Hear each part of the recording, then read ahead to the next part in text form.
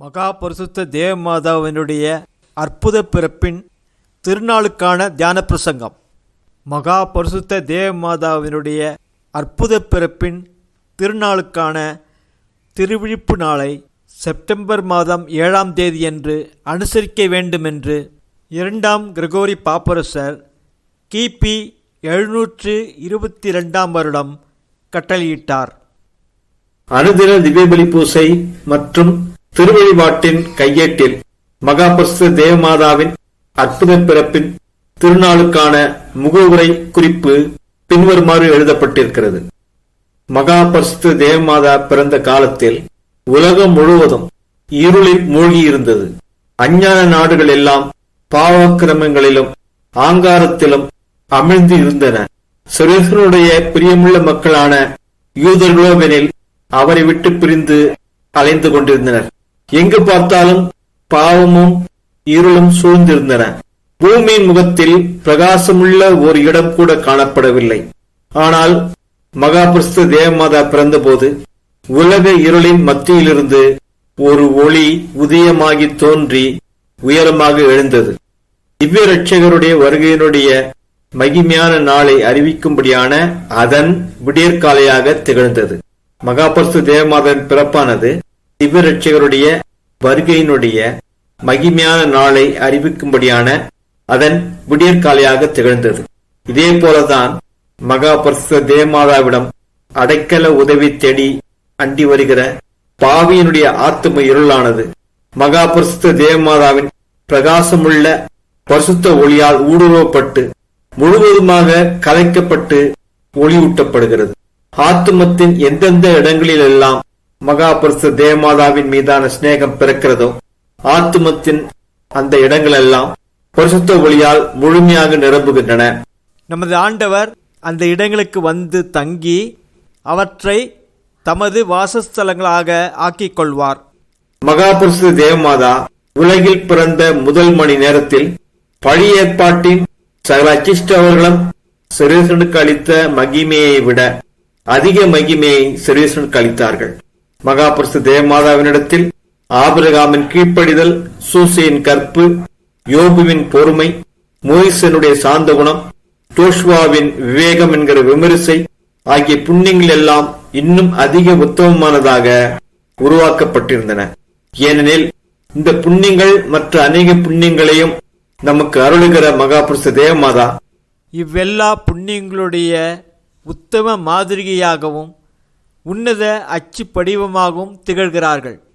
பலியான்மாவும் பரிசுத்த கன்னியாஸ்திரியுமான வணக்கத்துக்குரிய ஆகிர்தா மேரி என்பவர்களுக்கு அருளப்பட்ட பரலோக காட்சிகளின் தொகுப்பான சர்வேசனுடைய பரிசுத்த நகரம் என்கிற புத்தகத்திலிருந்து ஒரு சிறு தியான பகுதி. மகா பரிசுத்த அன்னம்மாளின் பிரசவ நாள், அதாவது சுரேசனுடைய மகா பரிசுத்த மாதாவாக அர்ப்பணிக்கப்பட்டவர்களும் அர்ச்சிக்கப்பட்டவர்களுமான மகா பரிசுத்த தேவமாதாவினுடைய அற்புத பிறப்பினுடைய நாள் வந்தது. அந்த நாள் உலகத்திற்கு மகா பாக்கியமான நாள். இவ்வுன்னத பிறப்பு செப்டம்பர் 8ஆம் தேதி நிகழ்ந்தது. நமது ஆண்டவளும் நம் மகா பரிசுத்த ராக்கினிமானவர்கள் ஜென்ம பாவம் இல்லாமல் அமலோற்பவமாக ஒப்புவித்த அந்த உன்னத திருநாளிலிருந்து மிகச் சரியாக 9 மாத காலம் முழுவதுமாக நிறைவடைந்திருந்தது. அவருடைய பிரசவத்திற்கான நேரம் வந்துவிட்டது என்று அறிவித்த ஆண்டவருடைய உள்ளரங்க குரல் ஒலியானது மகா பரிசுத்த அன்னம்மாளை இந்நேரத்திற்காக ஆயத்தப்படுத்தி இருந்தது. இவ்வறிவிப்பின் மூலம் திவ்யஸ்பிரித் சாந்துவானவர் ஏற்படுத்தியிருந்த பரலோக சந்தோஷத்தினால் முழுமையாக நிறைந்தவர்களாக அச்சிஷ்ட அன்னம்மாள் ஆண்டவர் முன்பாக சாஷ்டாங்கமாக தெண்டனிட்டு கீழே விழுந்து ஆராதித்தபடி பாக்கியமான சுக பிரசவத்திற்கு தேவையான தேவ வரப்பிரசாதத்தின் உதவியையும் அவருடைய பாதுகாப்பையும் வேண்டி மன்றாடினார்கள்.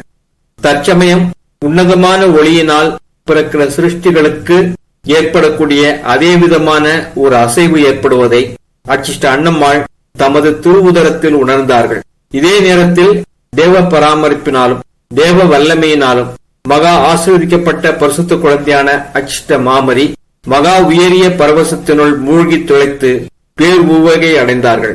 ஆகவே மகா பரிசுத்த தேவமாதா தமது உணர்வுகளால் உணர்ந்து கொள்ளாமலே உலகத்தில் இவ்விதமாக பிறந்தார்கள்.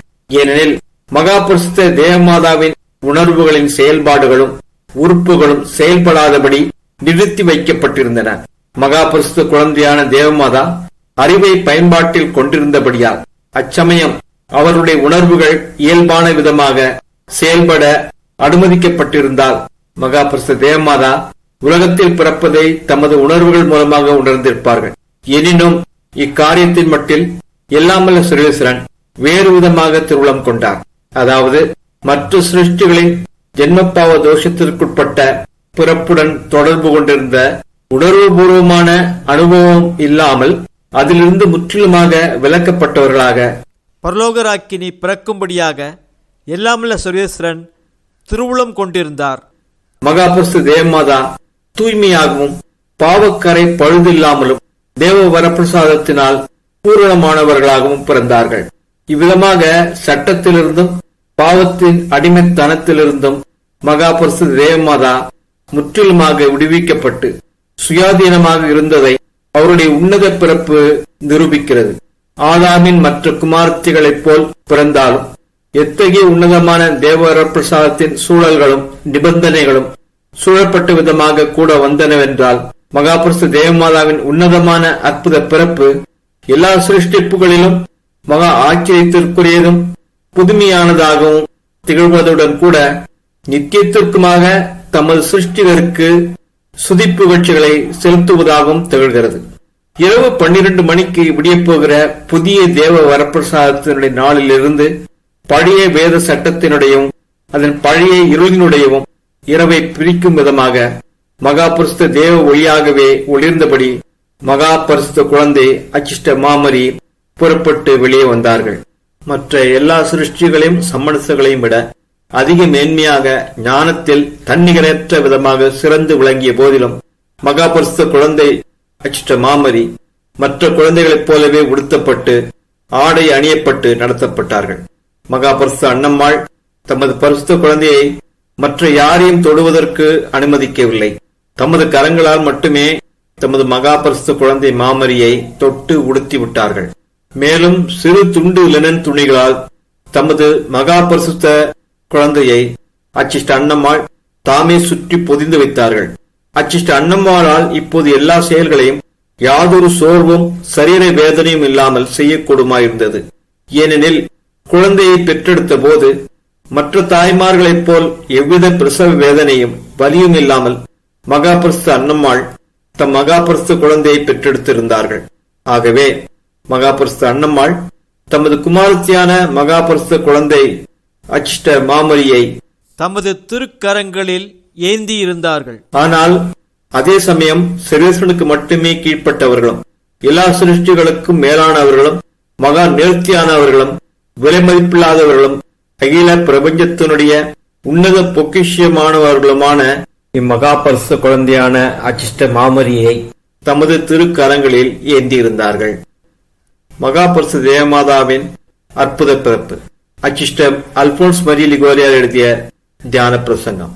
மகா பரிசுத்த தேவமாதா அச்சிஷ்ட அன்னம்மாளின் திருவுதரத்தில் உற்பவித்த நேரம் முதற்கொண்டு தமது வாழ்நாள் முழுவதும் ஒவ்வொரு தேவ வரப்பிரசாதத்தின் ஞான ஏவுதலுக்கும் உடனுக்குடன் காண்பித்த பிரமாணிக்கத்தினுடைய மகத்துவத்தை பற்றி தியானிப்போம்.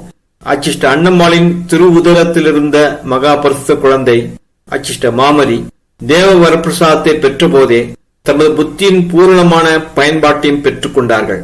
அதே சமயம் தாம் பெற்றுக்கொள்ளும் ஒவ்வொரு தேவ வரப்பிரசாதத்திற்கு ஏற்ற பிரகாரம் ஞான ஒளியினால் அறிவூட்டப்பட்டார்கள் என்ற உண்மை மகாத்மாக்களாக உலகத்தில் ஜீவித்த அநேக அச்சிஷ்டவர்களுடைய தனிப்பட்ட கருத்து மட்டுமல்லாமல் திருச்சபையின் வேதசாஸ்திரிகள் அனைவராலும் ஏற்றுக்கொள்ளப்பட்ட பேர் உண்மையாகும்.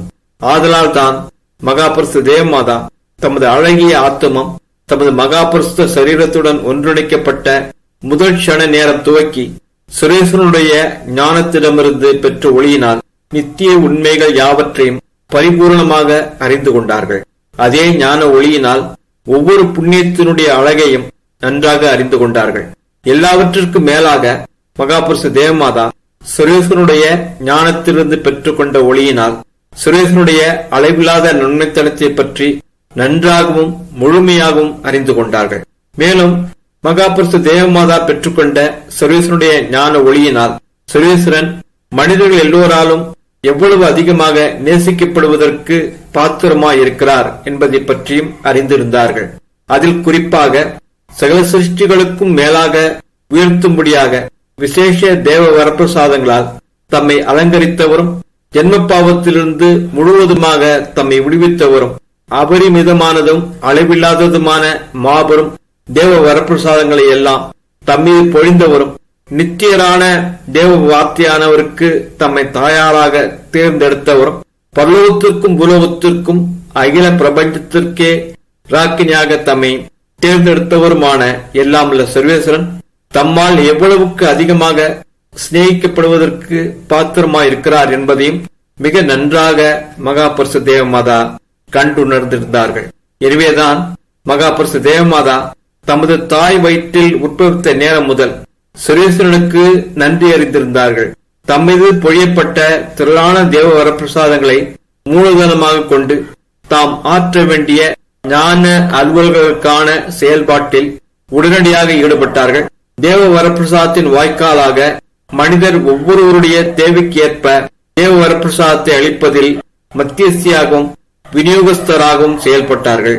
மேலும் உடனடியாக சர்வேஸ்வரனுடைய தெய்வீக நன்மைத்தனத்தை தொடர்ந்து இடைவிடாமல் மகிழ்விப்பதிலும் சிநேகிப்பதிலும் மகாபரிசு தேவமாதா ஈடுபட்டார்கள். அந்நேரம் முதல் தன் எல்லா சத்துவங்களுடனும் முழு பலத்துடனும் சர்வேஸ்வரனை தேவமாதா சிநேகித்தார்கள். மகாபரிசு தேவமாதா பிறப்பதற்கு முன் 9 மாதங்களும் தமது தாய் வயிற்றிலிருந்த போது ஆண்டவரை எப்போதும் இடைவிடாமல் சிநேகிப்பதிலேயே நீடித்து நிலைத்திருந்தார்கள். இக்காலம் முழுவதும் மகாபரிசு தேவமாதா ஒவ்வொரு நொடிப்பொழுதும் சர்வேஸ்வரனுடன் அதிமிக நெருக்கமான ஐக்கியத்தில் ஒன்றிணையும்படியாக தேவசிநேக முயற்சிகளில் அதிக பக்தி பற்றுதலுடன் இடைவிடாமல் ஈடுபட்டிருந்தார்கள். ஜென்ம பாவத்திலிருந்து ஏற்கனவே விடுவிக்கப்பட்டிருந்தபடியால் சகல உலக பற்றுதல்களிலிருந்தும் மகாபரிசு தேவமாதா விடுவிக்கப்பட்டிருந்தார்கள். ஒழுங்கற்ற அசைவோ பராக்கோ ஏதும் இல்லாமல் உத்தவதனத்திற்கும் அடக்க ஒடுக்கத்திற்கும் இருப்பிடமாக விளங்கும் மகாபரிசு தேவமாதா அசைவில்லாமல் எப்போதும் தேவஸ்நேகத்தில் ஆழ்ந்திருந்தார்கள்.